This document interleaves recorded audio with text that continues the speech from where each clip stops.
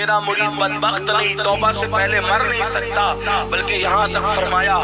اگر میرے مرید کا حساب ہوا تو اللہ مجھے یہ اذن دے گا کہ میں اس کے حساب میں اس کی مدد کروں۔ بلکہ فرماتے میری تمنا تو یہ ہے دنیا میں مرے کوئی بھی، جب قبر میں اس سے سوال ہو تو اس کی قبر میں جواب دینے کے لیے میں پہنچ جاؤں، مرے کوئی جواب میں دیا کروں۔ کاش کہ اللہ مجھے یہ اذن عطا فرمائے۔ غوث پاک پوچھا کہ آپ کا مرید کون ہے؟ تو غوث پاک فرماتے ہیں جو میرے مریدوں سے مرید ہو وہ میرا مرید، جو میرے سلسلے کے خلفاء سے مرید ہو وہ میرا مرید۔ پھر فرماتے ہیں اگر دنیا میں کوئی اتنا بھی کہہ دے کہ میں غوث پاک کا مرید ہوں، فرماتے وہ میرا ہی مرید ہے۔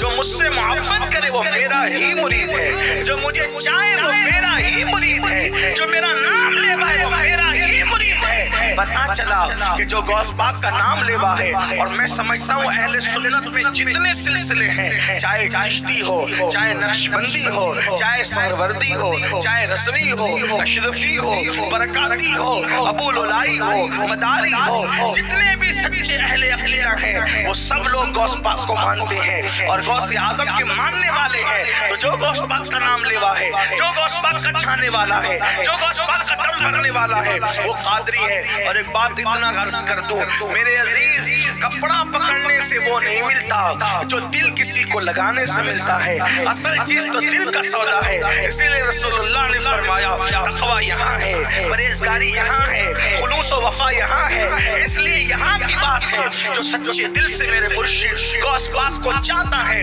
پھر وہ ان کا کرم دیکھتا ہے، پھر وہ ان کی عنایتیں دیکھتا ہے، پھر وہ ان کی محبتیں دیکھتا ہے۔ بلکہ ایک مرتبہ ایک بزرگ کو سلسلہ قادریہ میں دائرے غوث پاک سے روحانی خلافت چاہیے تھی، پریشان سے ہوئے اور پریشان ہو کر اجمیر مقدس گئے، اور اجمیر مقدس جانے کے بعد غریب نواز کا مرشد مجھے غوث پاک سے دائرے کا ماما بنوانا ہے، روحانی خلافت کا اشارہ ہوتا ہے جاؤ اور ابھی جا کر کے فلاں پہاڑ میں بیٹھو، اللہ اکبر۔ وہاں آنکھ لگی تو کیا دیکھا، سرکار غوثیت میں آپ خواب میں آئے اور آپ کے سر پہ قادریت کی خلافت کا ماما سجایا۔ یعنی آج بھی کرم ویسے ہی برس رہا ہے، چھما چھم برس رہا ہے، عنایتیں ہو رہی ہے۔ وہی بادہ ہے، وہی جام ہے، وہی ساگر ہے، وہی سرائی ہے، وہی میخانہ ہے، وہی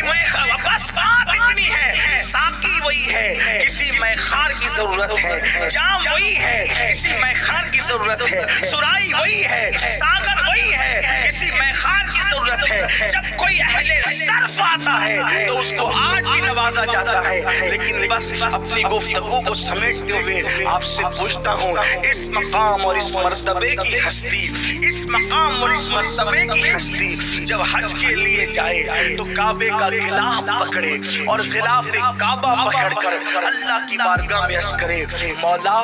عبد القادر کے اعمال اگر تیری بارگاہ میں قبولیت کے قابل نہ ہو، جملے پر توجہ کریں، جس کی شان یہ ہے، جس کے نام کی تاثیر یہ ہے، جس کے خطبے پڑھنے والے حضرت خضر علیہ السلام ہو، جس کی عظمت کا ترانہ بلند کرنے والے کبھی بایزید بسطامی ہو، کبھی حضرت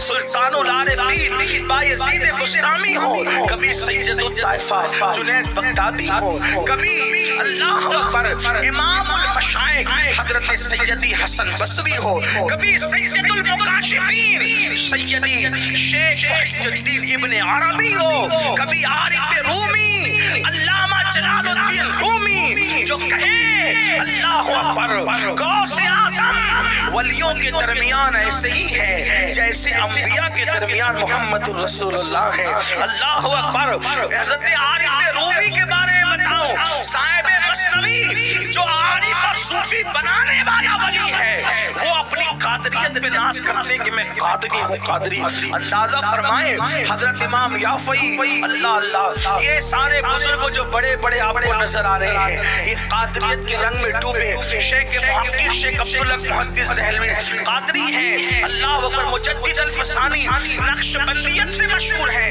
لیکن ان کے والد کے ذریعے سے وہ بھی قادریت کے رنگ میں رنگے ہوئے تھے۔ خواجہ باقی باللہ ان کے پیر مرشد پر بھی قادریت کا رنگ تھا، حتیٰ کہ وہ جو نقشبندی کہلاتے ہیں، شاہ نقشبند حضرت سیدی بہاؤالدین نقشبند رضی اللہ تعالیٰ عنہ جب بغداد گئے تو وہاں ان کی جالیوں کے قریب پہنچ کے کہتے ہیں میری ایسی مدد کیجئے کہ لوگ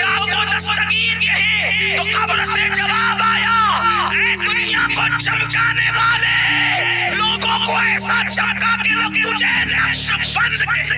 نعرہ تکبیر۔ میرے امام کہتے ہیں مزرعہ چشت بخارا و عراق و اجمیر،